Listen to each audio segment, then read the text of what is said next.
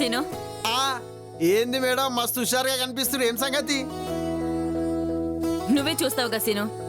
పడతల్లి చాయ్ తెమ్మంటారా madam? నువ్వు తేవద్దు. అరే మీరు ఉండండి మేడం. అరే నా పేరు చెప్పి జల్దో చాయ్ తీసుకురా పో, జల్ది పో. నమస్తే సార్. సార్ కూర్చోండి సార్. ఏంటి రమ్మన్నావంట? నీ వల్ల కావట్లేదని కేసు మూసేస్తున్నావా? అందుకే బేబీ సీనియర్స్ మాట వినాలి.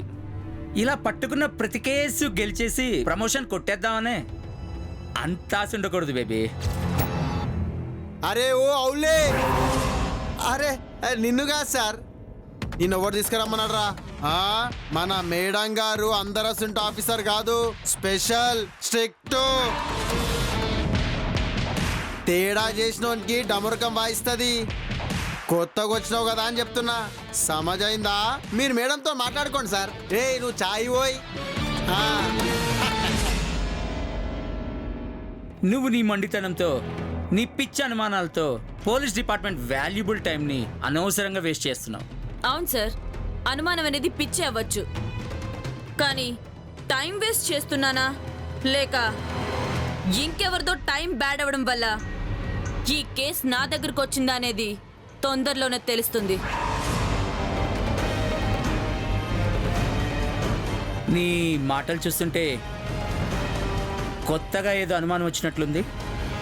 విషయం ఏంటి? యు ఆర్ రైట్ సార్, అనుమానం వచ్చింది, కానీ అది అనుమానం కాదు. నిజమని తెలుసుకున్న తర్వాతే మిమ్మల్ని పిలిపించాను. ఏం చెప్పాలనుకుంటున్నావో కొంచెం క్లియర్గా చెప్పు. ఇది సంధ్య సూసైడ్ చేసుకునే ముందు రాసిన లెటర్. అయితే చనిపోదామని సూసైడ్ లెటర్ రాసిన సంధ్య అది అందరికీ కనిపించేలా పెట్టకుండా ఎందుకు బుక్లోనే దాచుంచింది? సూసైడ్ చేసుకోవాలనుకునే వాళ్ళు చాలా కన్ఫ్యూజన్లో ఉంటారు. చివరి నిమిషం వరకు వాళ్ళ నిర్ణయాన్ని మార్చుకోవాలా వద్దా అని ఆలోచిస్తూ ఉంటారు. అలాగే సంజ కూడా తన నిర్ణయాన్ని మార్చుకుని ఈ లెటర్ దాచుంటుంది. తర్వాత తన నిర్ణయాన్ని మార్చుకుని సూసైడ్ చేసుకుని ఉంటుంది. It's an intellectual perfect clarification sir. Suicide లెటర్లో ఉన్న హ్యాండ్ రైటింగ్, సంధ్య నోట్బుక్లో ఉన్న హ్యాండ్ రైటింగ్ మ్యాచ్ అయ్యాయి. సంధ్య రూమ్లో ఉన్న నోట్బుక్ పై ఎవరి పేరు రాసలేదు.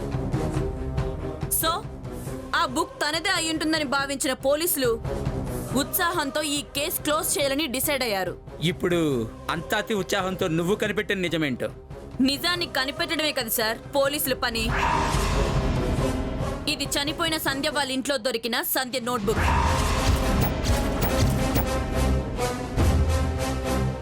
ఇది సంధ్య నోట్సే అని తన పేరెంట్స్ దగ్గర క్లారిఫికేషన్ కూడా తీసుకున్నాను. అయితే ఈ నోట్స్ లో ఉన్న హ్యాండ్ రైటింగ్ కి, సూసైడ్ లెటర్ లో ఉన్న హ్యాండ్ రైటింగ్ కి ఏ మాత్రం పొంతన లేదు. నువ్వు ఇంకేమన్నా చెప్పాలా? ఇంకేమన్నా అబద్ధం చెప్పాలనుకుంటే చెప్పేయి. నేను చూడాలనుకుంటున్నాను నన్ను మోసం చేయడానికి నువ్వు ఎంత నీచానికి దిగజారగలవు అని. ఎందుకు ఆలియా, ఎందుకు నువ్వు ఇలా చేసావు? నీకు తెలుసు కదా నానమ్మ తర్వాత నీ ఒక్కదానిని కదా నేను పూర్తిగా నమ్మేది. ఏమన్నావు నువ్వు? ఈ మధ్య అన్నిటినీ మర్చిపోతున్నావా? అది చాలు. వాటిలో ఉన్న శక్తి విషయాన్ని గ్రహించి మనకు వివరిస్తాయి.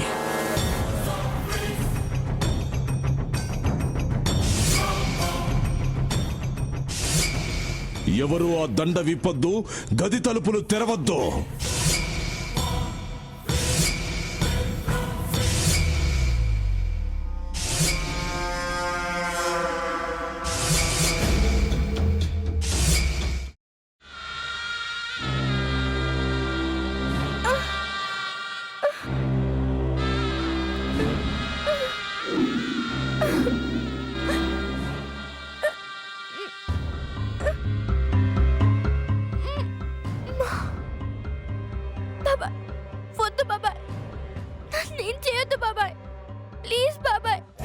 నీకు నిజం తెలిసినప్పుడే నా ఆలోచనలో నువ్వు చచ్చిపోయావు. అబ్బా ప్లీజ్ కొంచెం తినండి ప్లీజ్. భీమారావు గారు మీరా? ఇగో మీరా కాదు సక్కుబాయ్. అవును, మీ పనామే లేచిపోయిందని చెప్పి కంప్లైంట్ ఇచ్చినావు కదా. రేయ్, ఆయన కంప్లైంట్ ఇచ్చింది లేచిపోయిందని కాదు, కనిపించడం లేదు అని. అచ్చా, అట్లానా? సరే మేడం. ఇడియట్. ఆ వంట మనిషి పేరేంటన్నారు? రత్తాలు మేడం. ఏం పెద్ద మంచి, నీ వంట మంచిని కూడా మేడం అని పిలుస్తావా? రేయ్ హాఫ్ బ్రెయిన్,